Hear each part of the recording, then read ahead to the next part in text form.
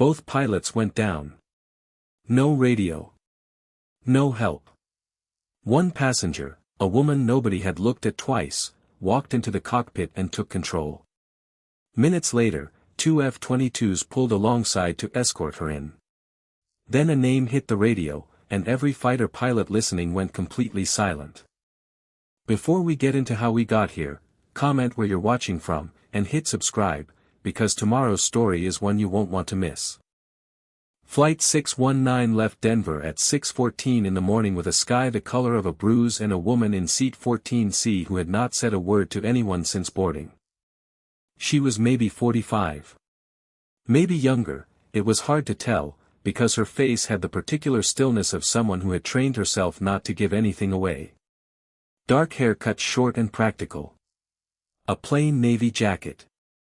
A duffel bag stowed under the seat in front of her instead of in the overhead bin, the strap looped once around her ankle out of habit rather than intention. She had ordered black coffee, no sugar, and then let it go cold without drinking it.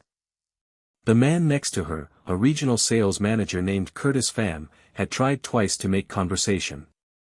The first time he asked if she was headed to Chicago for business. She said, something like that, and went back to looking out the window at nothing, since there was nothing to see yet but darkness and the blinking wingtip light. The second time he asked what she did for work. I used to fly, she said. Oh, like, private jets. Charter stuff. Something like that. He let it go after that. There was a way people said something like that closed a door gently but firmly, and Curtis Pham, 40 years old and used to reading a room in sales meetings, understood he wasn't getting past it. Nobody on that airplane, not Curtis, not the flight attendants working the aisle with their little cart of ice and soda, not the family of 4 2 rows back with a toddler who would not stop kicking the seat, had any idea that the woman in 14C had once been called, in rooms where such things were said quietly and only among people who had earned the right to say them, ghost. Her name was Elena Cruz. Lieutenant Colonel, United States Air Force, retired 11 months earlier after 19 years of service, 3 of them flying F-22 Raptors out of a base whose name did not appear on unclassified paperwork, and 6 of those years doing work that did not have a name at all. She had flown solo intercepts over contested airspace where a wrong radio call could start something no one wanted started. She had brought a damaged Raptor back over 400 miles of ocean with one engine flamed out and a canopy she wasn't sure would hold pressure, because ejecting over that particular stretch of water was its own kind of death sentence. She had trained younger pilots who now flew missions she wasn't cleared to hear about anymore, and every one of them, when they'd heard she was retiring, had said some version of the same thing: it won't be the same without Ghost in the ready room. She hadn't told her seatmate any of that. She hadn't told anyone on the plane. She was flying to Chicago to see her sister, and after that she didn't have a plan, which was its own kind of strange after 2 decades of always having a plan. The flight was smooth until it wasn't. It happened at 6:52 a.m., 38 minutes into the flight, somewhere over eastern Nebraska. Elena felt it before she heard it, a change in the cabin pressure so faint that most passengers would have written it off as their ears popping. She'd felt pressure changes like it 1,000 times, in cockpits where a fraction of a sigh meant something was wrong with the airframe, and her body reacted before her conscious mind caught up. She sat up. She set down the magazine she hadn't been reading. Then the plane's nose dipped, gently but unmistakably, and the intercom crackled. Ladies and gentlemen, this is your captain speaking. We're experiencing a pause. Too long a pause. A technical issue in the cockpit. We're going to begin a precautionary descent. Please remain seated with your belts fastened. Curtis Pham looked over at her, half smiling in the nervous way people smile when they want a stranger to tell them it's nothing. Elena didn't smile back. She was listening to the engines, to a faint asymmetry in their tone that a civilian ear would never register and that hers had been trained on since she was 22 years old. 30 seconds later, the intercom clicked on again. This time there were no words. Just a wet, rasping cough, and then the click of the channel going dead. The cabin didn't panic yet, most passengers hadn't registered what they'd just heard, but Elena was already out of her seat, her seatbelt undone before the plane had finished the small shudder of turbulence that followed. A flight attendant near the front, a young man with a name tag that said Devon, stepped into the aisle with his hand up. "Ma'am, I need you to sit down, we're asking everyone to remain." "Something's wrong with your pilots," Elena said. Her voice wasn't loud. It didn't need to be. "I need to get into that cockpit right now. I can't let you. I flew fighters for 19 years. I've got more hours in an aircraft than you've got hours on this earth, and if I'm wrong about what I just heard, you can write me up for it after we land. If I'm right, you're about to need someone who can fly this thing, and right now that's me."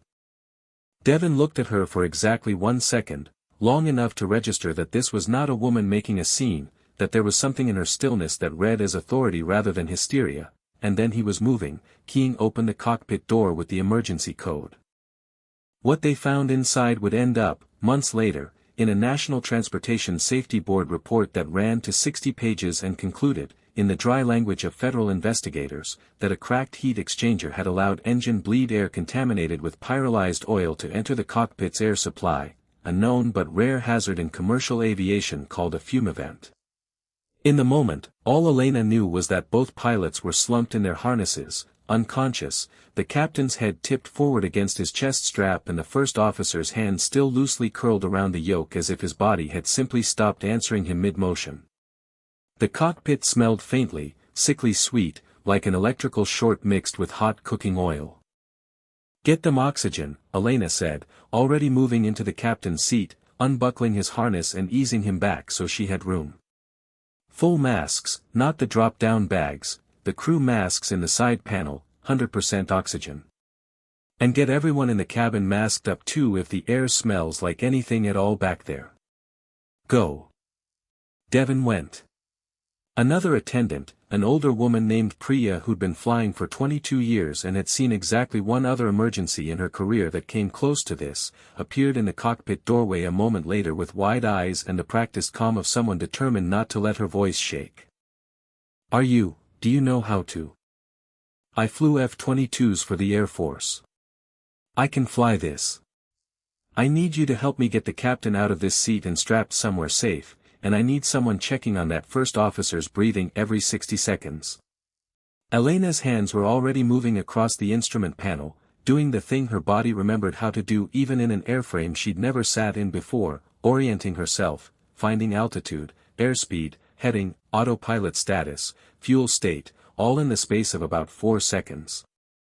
The autopilot was still engaged. That was the only mercy in the whole situation. Someone, in the last conscious moment before the fumes took him, had at least not disengaged it. They were at 31,000 feet and descending in an uncommanded drift that the autopilot was fighting to correct, the aircraft's automation doing its clumsy best to keep them level without anyone telling it where to go. Elena reached for the radio. "Denver Center, this is," she glanced at the placard, found the call sign, Frontier 619, declaring an emergency. Both pilots incapacitated by a suspected fume event.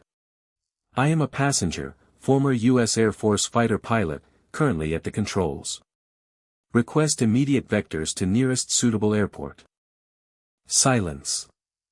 She tried again. Still nothing. A glance at the radio panel told her why. Half the comm suite was showing fault codes, whatever electrical gremlin had come with the fume event apparently reaching further than just the crew's lungs. She switched frequencies, tried the emergency channel, tried a third frequency she remembered from her military days for exactly this kind of last resort broadcast.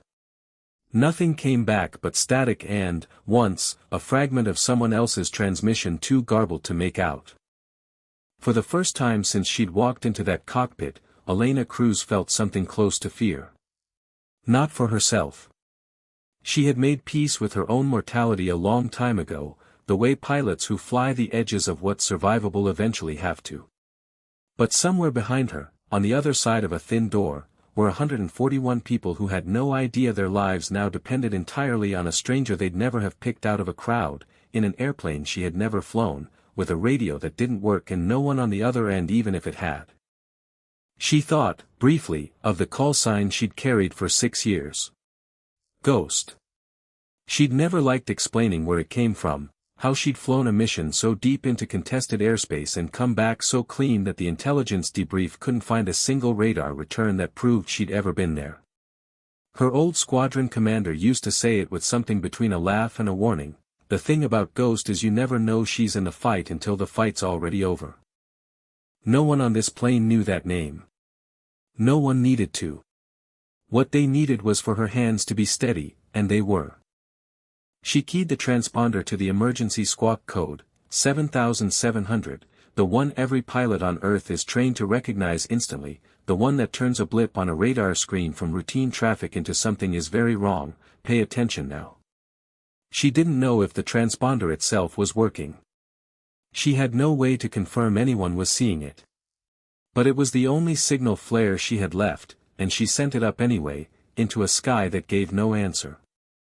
200 miles northeast, at an Air National Guard base whose runway lights were just beginning to click off with the sunrise, a radar controller named Master Sergeant Danny Okafor watched a transponder code light up his scope that he had only ever seen in training simulations.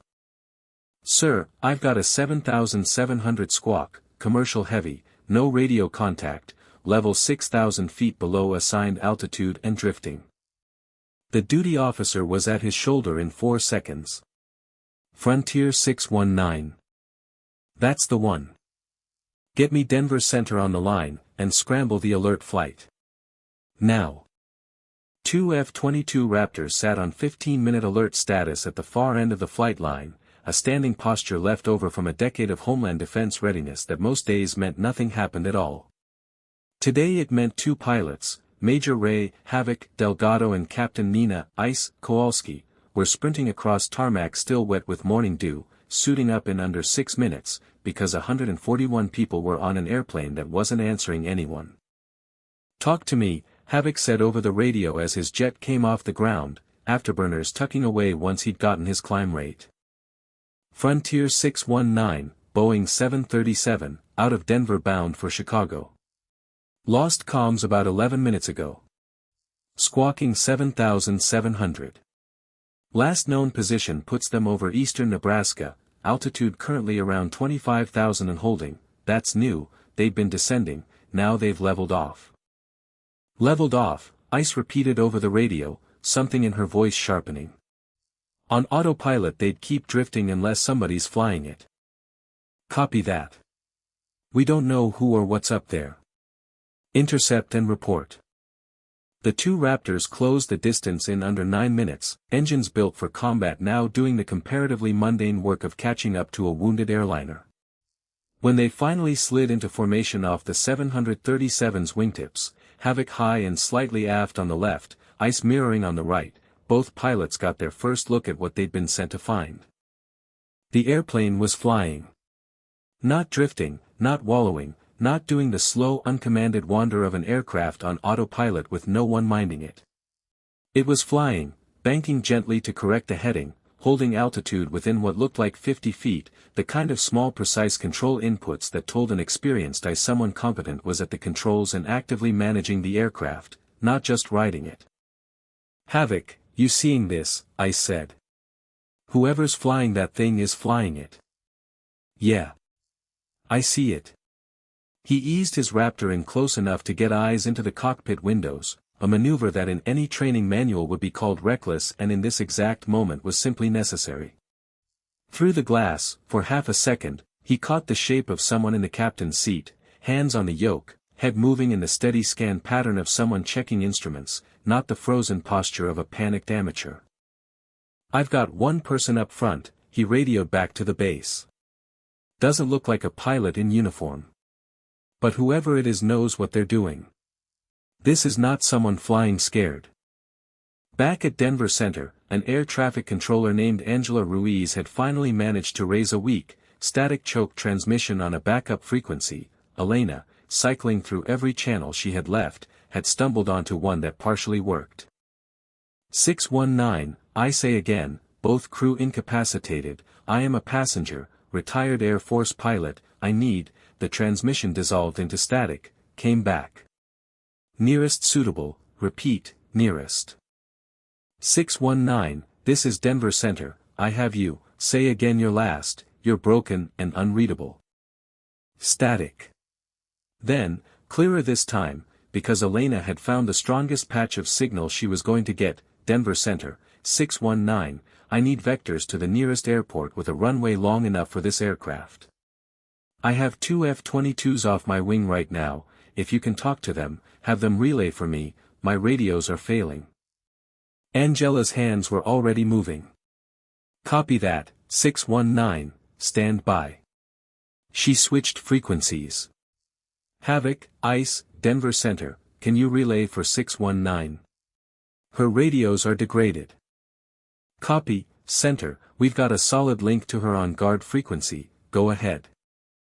And so it went, for the next 11 minutes, a woman flying an airliner she'd never trained on, with 2 fighter jets riding shotgun off her wingtips as her only working communication relay, talked her way toward Lincoln Municipal Airport in Nebraska, the nearest field with a runway rated for a 737. Havoc read her the airport's runway length, its wind conditions, its emergency services status, all of it passed hand to hand through a relay chain that would later be described in the NTSB report as an improvised but effective communications workaround under extreme circumstances. What the report couldn't quite capture, because reports don't capture things like this, was the particular quality of the silence on the F-22 pilot's internal channel once they realized what they were actually watching. Center, be advised, ICE said at one point, quieter now, mostly to Havoc, she just briefed a single-engine go-around scenario on the relay like it was nothing. Full contingency plan. In an aircraft she's never flown. Yeah, Havoc said.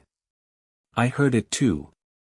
Elena did not know, as she configured the aircraft for landing, flaps extending in careful stages, gear coming down with its reassuring 3 green lights, speed bleeding off exactly where she wanted it, that 30,000 feet below and 8 minutes out, someone at Lincoln's Tower had already cleared every other aircraft out of the pattern and rolled every fire truck on the field to standby positions along the runway. She did not know that in a ready room back at the guard base, pilots not on this mission were clustered around a radio feed listening to a relay chain most of them had never heard used this way before.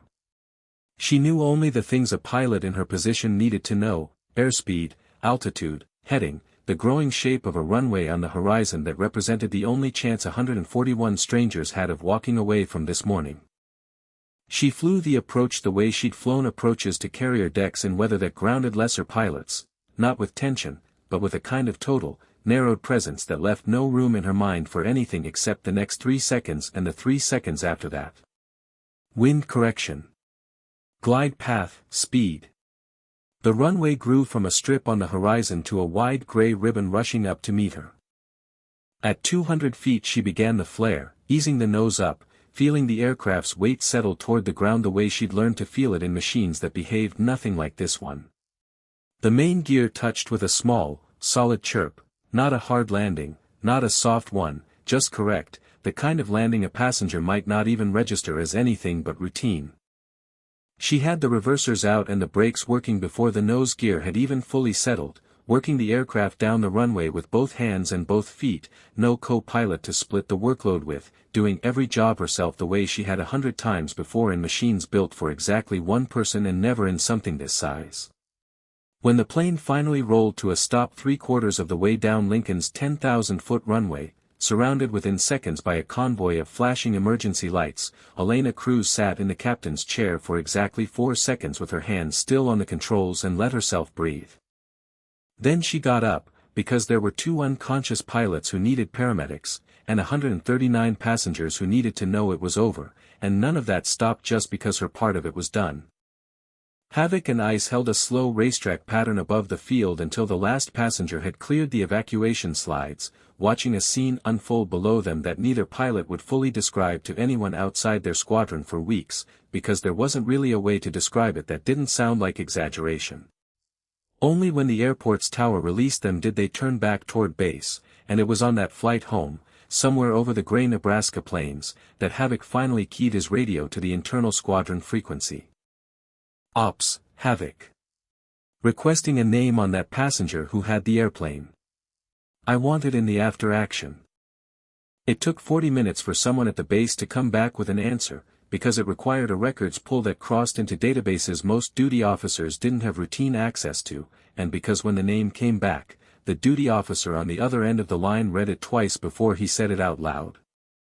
Havoc, be advised. Passenger's name is Elena Cruz. Lieutenant Colonel, retired, United States Air Force. Copy. Anything else on her? There was a pause long enough that Havoc thought the transmission had dropped. Havoc, her call sign's in here. It's Ghost. For a moment, nobody on the frequency said anything at all. Ice was the one who finally broke the silence, and when she did, her voice had a different weight to it than it had carried all morning. The Ghost? Cruz? The one who brought a Raptor back from?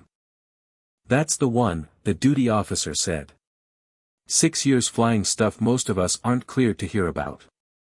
She's the reason 2 entire squadrons revised their over-water emergency procedures. Guys who trained under her still talk about her like she's. He stopped, seeming to search for the right word and not quite finding it. Like she's not entirely real. Havoc looked out through his canopy at the pale morning sky, thinking about a woman he'd glimpsed for half a second through a cockpit window, sitting in the captain's seat of an airliner she'd never flown, running a full contingency briefing over a broken radio relay as though it were the easiest thing in the world. She's real, he said quietly. I just watched her.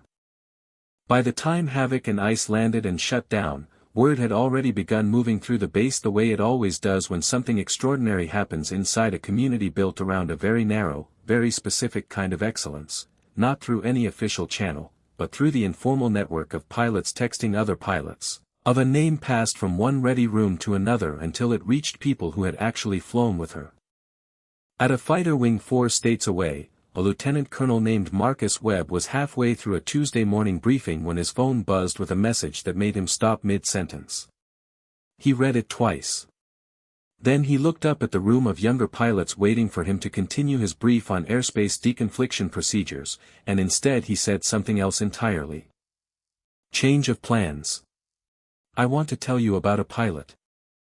He told them about a training exercise 9 years earlier, when he'd been a captain fresh into his first fighter squadron and Elena Cruz had been the flight lead who taught him what it actually meant to fly with total control of an aircraft rather than merely operating it. He told them about a maneuver she'd executed during an evaluation that the engineers present had said afterward shouldn't have been possible given the jet's flight envelope, and how she'd done it so smoothly none of the younger pilots watching had understood at the time that they were watching something exceptional. He told them her call sign, and watched a few of the younger officers' eyes widen with recognition, because even pilots who'd never flown with her had heard the name in the particular hushed way it got passed around, the way certain names in certain professions become shorthand for a standard nobody quite reaches. Today, Webb said, while she was flying home to see her sister on a commercial flight, both pilots went down. No radios. No help. She landed the plane herself, in an aircraft type she's never flown, with 2 F-22s escorting her in because that's the only radio relay she had left. He let that sit in the room for a moment. That's who Ghost is. That's what 19 years of doing this properly actually looks like when it matters most. Across the country, in ready rooms and briefing halls that would never appear in any news broadcast about the incident, similar conversations were happening in similar rooms, not because anyone had ordered it, but because pilots understand, in a way that's hard to explain to people outside that world, what it means when someone answers the worst possible morning with total, unhesitating competence. The story didn't need embellishment. What had actually happened was already more than most people would have believed. Elena herself learned none of this until 3 days later, sitting in a Lincoln, Nebraska hotel room she hadn't planned to be in, filling out the 4th round of paperwork for the FAA's investigators, when her phone rang with a number she recognized instantly even though she hadn't spoken to its owner in over a year. Ghost. The voice on the other end belonged to Colonel Marcus Webb, and it carried something she hadn't heard from him before, not quite awe, but close to it. You okay? I'm fine, Marcus. Tired. It's been a long few days. I heard what you did. I landed a plane. You landed a plane you'd never flown, with no radios, no co-pilot, and 2 unconscious crew, using an F-22 flight as your comms relay. That's not "I landed a plane, Elena." That's the kind of thing people are going to be telling new pilots about for the next 20 years. She was quiet for a moment, looking out the hotel window at a gray Nebraska sky that looked exactly like the one she'd flown through 3 days earlier, and thought about the version of herself who had boarded that flight wanting nothing more than to be an unremarkable woman in a window seat, done with the weight of always being the one who had to be extraordinary. "I didn't do it because I was Ghost," she said finally. "I did it because 141 people needed someone to." "I know," Webb said. "That's exactly why it's you. That's what the call sign always meant, Elena, not that you were untouchable. That when things got worse than anyone else could handle, you were the one who showed up anyway, and nobody ever even saw you coming until it was already over." She thought about that for a long time after the call ended, about a job she'd spent 19 years training for and a morning she'd never asked for, about a call sign she tried to leave behind on a runway somewhere along with her flight suit and her clearance badge, and how it had found her anyway, at 31,000 feet, in an airplane that wasn't hers, with 141 strangers who never got her name but would spend the rest of their lives remembering the way the aircraft had touched down that morning, steady, controlled, and utterly, completely certain. She hadn't wanted to be extraordinary that day. She had simply been the only person on that airplane who could be. The NTSB's final report, released 7 months later, ran to 61 pages and used exactly one adjective to describe Elena Cruz's handling of the aircraft: exemplary. It was the kind of clinical, restrained word federal investigators reach for when the truth is too large to phrase any other way. Buried in an appendix was a transcript of the relay communications between 619, the 2 F-22 escorts, and Denver Center, a document that, once declassified enough to be released, began quietly circulating far beyond the aviation community it had been written for. Flight instructors started using it in training. A retired airline captain wrote a widely shared piece calling it, "the single clearest example of composure under total systems failure I have read in 30 years of studying these reports." None of them knew, when they wrote about it, that the woman at the center of the transcript disliked being written about at all. She turned down the interview requests. There were dozens, then hundreds, in the weeks after the story broke. Once someone leaked her name to a local news station and it spread from there the way these things do. She turned down an invitation to a congressional recognition ceremony. She turned down, politely but firmly, an airline's offer of a lifetime of first-class travel, and a book publisher's 6-figure advance for her story, told in her own words. She gave one short statement to the press, the same afternoon she'd walked off the aircraft in Lincoln, and then she simply stopped talking about it. Everyone kept asking what it felt like, she told her sister, weeks later, sitting in her sister's kitchen in Chicago with a cup of coffee she actually drank this time. Like there was supposed to be some cinematic moment. There wasn't. There was a checklist and 141 people who needed to get home. That's all it ever was. But in the world she'd spent 19 years inside, the world of ready rooms and squadron patches and call signs spoken with the particular reverence reserved for the very few, the story never really stopped moving. It reached bases she'd never been stationed at. It reached pilots who'd been children when she first pinned on her wings. A young lieutenant flying her first operational deployment 8 months later would hear her flight instructor mention the name Ghost during an emergency procedures briefing, almost as an aside, the way people invoke something so well understood among their peers that it barely needs explaining. Think about what Ghost did with no comms and no co-pilot, and ask yourself if what you're worried about right now is really that hard, and would go looking for the transcript that night and read it twice, and understand, the way pilots understand these things, exactly what she'd found. Elena Cruz went back to her quiet life in the months that followed. She got a small apartment near her sister. She started, tentatively, teaching a night class at a community college on aviation safety, mostly because a friend asked her to and she found she didn't hate it the way she'd expected to. She never once brought up Flight 619 unless a student asked directly, and when they did, she gave them the same answer every time, short, factual, entirely unadorned by the version of the story that had already, without her permission, become a kind of quiet legend in a world she'd left behind but never really stopped belonging to. Somewhere over Nebraska that morning, two F-22 pilots who would carry the memory of that formation for the rest of their careers had watched a woman nobody on that flight had thought twice about bringing 141 people home, and understood, in the particular silent language pilots used to recognize each other, exactly what they'd witnessed. They didn't need to say her name over the radio to know it meant something. But they said it anyway, quietly, once each, the way people say the names of things they respect too much to say loudly. Ghost.